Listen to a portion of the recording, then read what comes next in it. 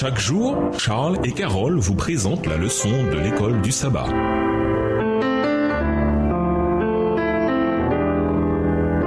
Bienvenue à notre émission. Dieu nous parle. Nous voyons la leçon de mardi. Paul et le Dieu inconnu. Remarquez que Paul n'a pas dénigré la fausse religion ou les faux dieux des Athéniens. Il a rassemblé tous les points positifs qu'il a pu trouver, même s'ils étaient peu nombreux, et il en a tiré parti. Lisons Acte 17, les versets 22 et 23. Que fit Paul ici pour tenter d'atteindre ces gens avec l'évangile? Acte 17 et versets 22 et 23. Paul, debout au milieu de l'aéropage, dit « Hommes athéniens, je vous trouve à tous égards extrêmement religieux. Car en parcourant votre ville et en considérant les objets de votre dévotion, j'ai même découvert un autel avec cette inscription « À un Dieu inconnu, ce que vous révérez sans le connaître, c'est ce que je vous annonce. » Hommes d'Athènes, je vois que vous êtes à tous égards extrêmement religieux. Acte 17, le verset 22. Paul qui complimente des païens. Leur religion était trompeuse à tous égards et pourtant, Paul complimenta leur consécration. Paul poursuit. En passant, j'ai observé vos objets de culte. Acte 17, verset 23. En décrivant sa propre exploration de la religion athénienne, Paul communiqua une attitude de respect envers les habitants.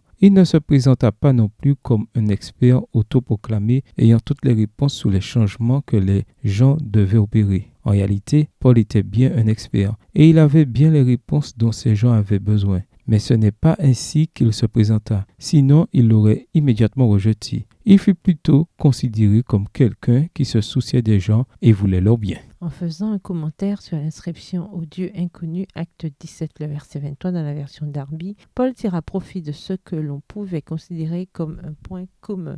Il croyait en la divinité, en beaucoup de divinités en fait.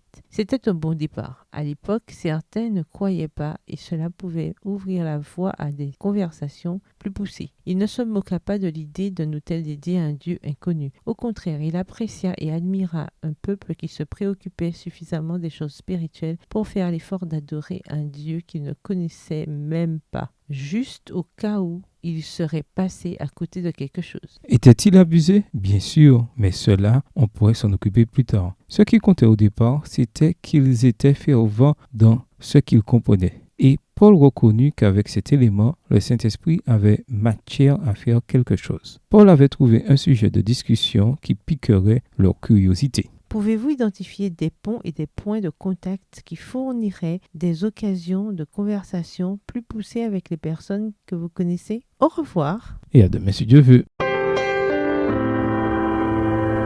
Dieu nous parle. Chaque jour, Charles et Carole vous présentent la leçon de l'école du sabbat.